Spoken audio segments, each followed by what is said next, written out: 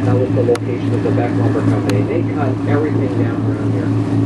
By the 1870s, it was all just fields of stumps. All the trees had been cut, and they sent the lumbermen further north then, along the shores of Georgian Bay, up to the islands where we're heading to, and up the rivers leading into the bay. They would float the logs down here. They would tow them in. They sometimes float in 100,000 logs at a time.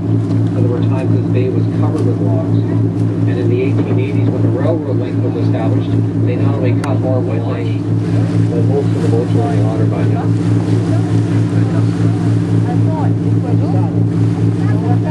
Penetanguishene calls that house the White House. So if you ask somebody from Penetanguishene, where's the White House, we don't think of saying the one in Washington, D.C., but rather we'll say the old Seagram House at the end of Fox Street. Now, each time the British Army moved, the French went with them, and as a reward for their loyalty to the British Crown, they were given the whole left shore. But the French were a skeptical group. It seemed like every time they moved somewhere, the territory became American, so there's an older nickname to the left side of Penetanguishene Bay. It was originally at Newark, where Niagara-on-the-Lake is, but that's within cannon shot of the American border. So they moved the capital to Fort York, and of course Fort York is Toronto, still the capital.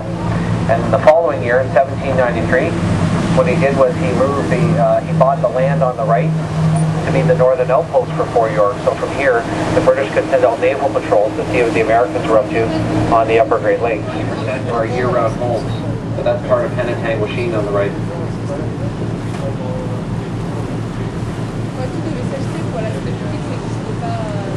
Now the style of cottage development is a bit different. It's cottage country here, but it's also cottage country up in the island.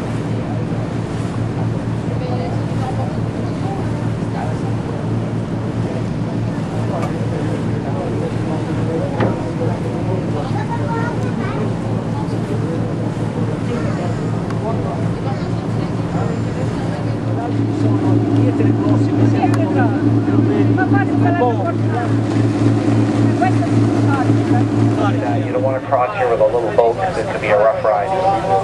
And this has been called the Gap for a long time. My grandfather, who was a lumberjack, he and his brothers used to have to cross here coming back from lumber camp at the end of the season.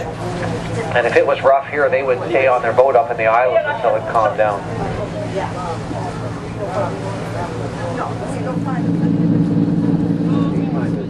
There's a couple of boats anchored out on the lee side of them right now, and most boats that are 30 feet or more usually have a dinghy they bring along, so they anchor the boat out and they can use a dinghy to go ashore. But I do know on the southeast side, the lee side of both of these islands, there's a sandy spot, so a small boat can be brought right in there.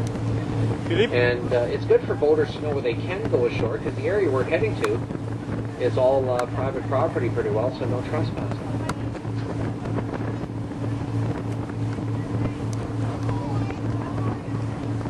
Rescue 1000. They're a summertime unit.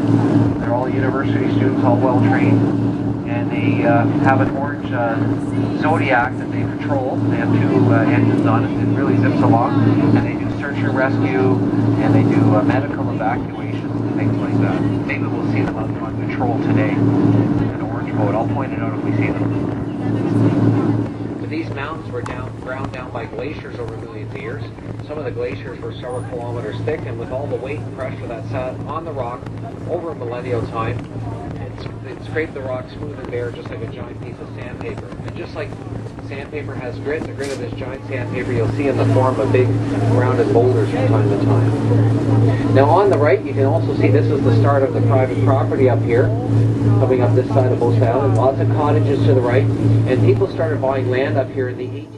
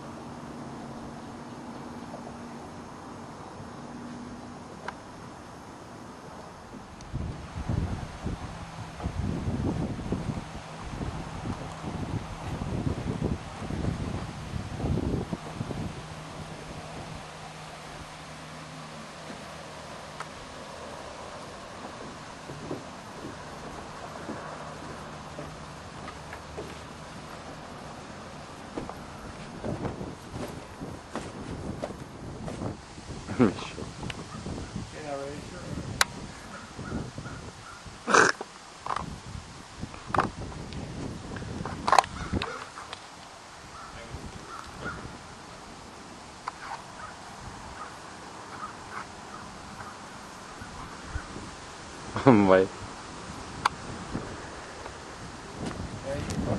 C'est blasphémie.